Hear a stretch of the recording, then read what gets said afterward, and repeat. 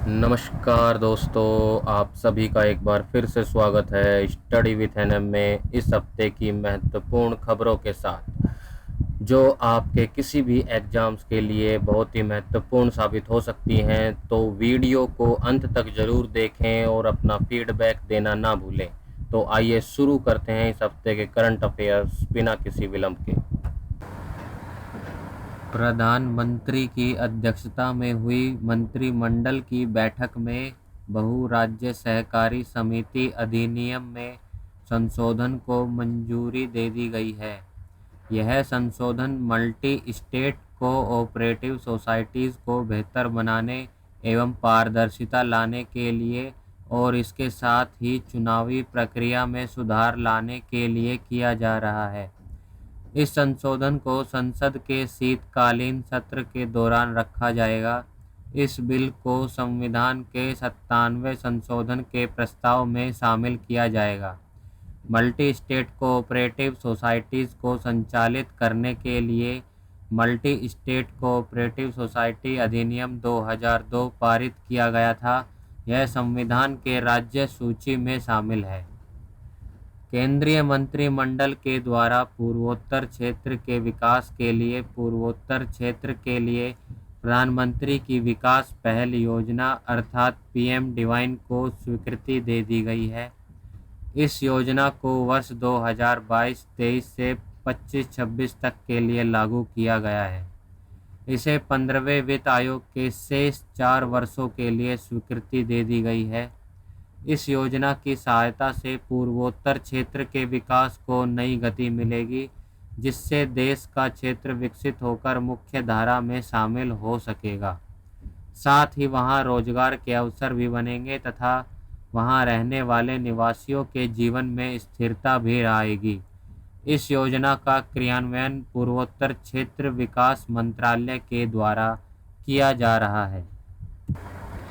चुनाव आयोग के द्वारा हिमाचल प्रदेश में होने वाले विधानसभा चुनाव की तारीख घोषित कर दी गई है। हिमाचल प्रदेश में एक ही चरण में 12 नवंबर को मतदान होगा। मतदान के गणना के लिए 8 दिसंबर का दिन निर्धारित किया गया है। आपको बता दें कि हिमाचल प्रदेश की विधानसभा में कुल 68 सीटें हैं। वर्ष 2017 में हुए चुनाव में भारतीय जनता पार्टी ने जीत हासिल की थी, जिसमें उसे 44 सीटें, कांग्रेस को 21 सीटें, सीपीआईएम को 1 और अन्य के खाते में 2 सीटें थी। विश्व आर्थिक मंच के द्वारा एजुकेशन 4.0 रिपोर्ट जारी की गई है। इस रिपोर्ट को संयुक्त राष्ट्र बाल शिक्षा कोष तथा जनरेशन अनलिमिटेड इंडिया के सहयोग से तैयार किया गया है। इस रिपोर्ट के अनुसार भारत में स्कूल टू वर्क ट्रांजैक्शन प्रक्रिया कई सारी चुनौतियों का सामना करना पड़ रहा है। इन चुनौतियों में शामिल है प्रशिक्षकों की कमी, अपर्याप्त संसाधन और बुनियादी ढांचा, स्कूली पाठ्यक्रम के एकीकरण में कमी का स्थानीय कौशल आदि में विषमता।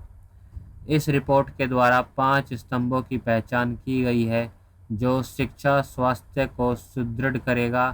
पहला है पाठ्यक्रम, सामग्री, क्षमता, समुदाय, डिजिटल आधारभूत संरचना। इस रिपोर्ट की शुरुआत 2022 में की गई थी। मध्य प्रदेश के कूनो राष्ट्रीय उद्यान में लाए गए चीतों की निगरानी के लिए टास्क फोर्स का गठन किया गया है। यह टास्क फोर्स पर्यावरण, वन और जलवायु परिवर्तन मंत्रालय के द्वारा गठित की गई है। इसका उद्देश्य चीतों की प्रगति और स्वास्थ्य की स्थिति की समीक्षा करना एवं उनकी निगरानी करना है। इस टास्क फोर्स की सहायता करने की जिम्मेदारी राष्ट्रीय बाघ संरक्षण प्राधिकरण को दी गई है। प्रधानमंत्री मोदी ने 11 अक्टूबर को उज्जैन के महाकालेश्वर गलियारा विकास परियोजना के पहले चरण का उद्घाटन किया। इस परियोजना के तहत प्रधानमंत्री के द्वारा महाकाल लोक कॉरिडोर की शुरुआत की गई।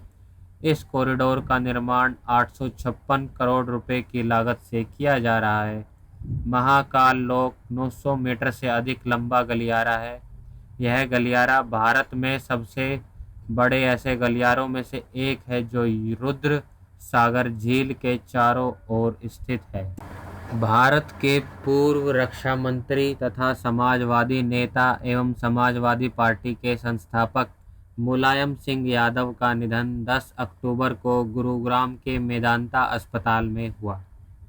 श्री मुलायम सिंह का जन्म उत्तर प्रदेश के इटावा के सैफई गांव में 22 नवंबर 1939 को हुआ था। इन्होंने 1989 में यूपी के 15वें मुख्यमंत्री के रूप में शपथ ग्रहण की। इसके साथ ही वे उत्तर प्रदेश के मुख्यमंत्री 3 बार बने।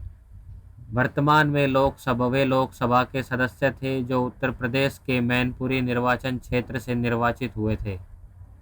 बालिका सशक्तिकरण और उनके मानवाधिकारों की पूर्ति के उद्देश्य से प्रतिवर्ष 11 अक्टूबर को अंतर्राष्ट्रीय बालिका दिवस मनाया जाता है। इस वर्ष अंतर्राष्ट्रीय बालिका दिवस का थीम है our time is now our right.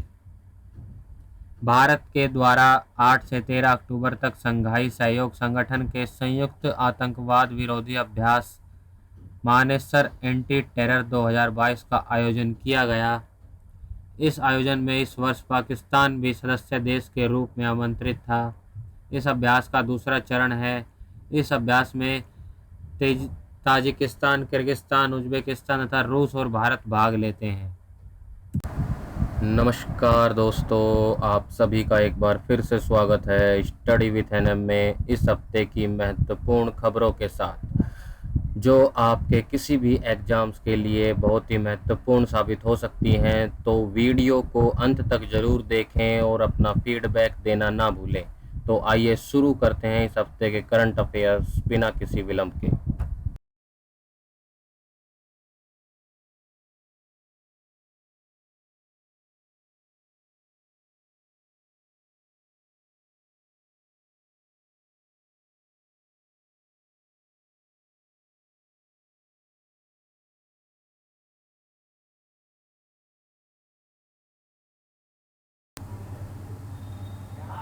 Thanks for watching this video. अगर यह वीडियो आपको पसंद आए तो इसे लाइक कीजिए, सब्सक्राइब कीजिए और शेयर करना ना भूलें। तो मिलते हैं नेक्स्ट लेक्चर में, तब तक के लिए जय हिंद।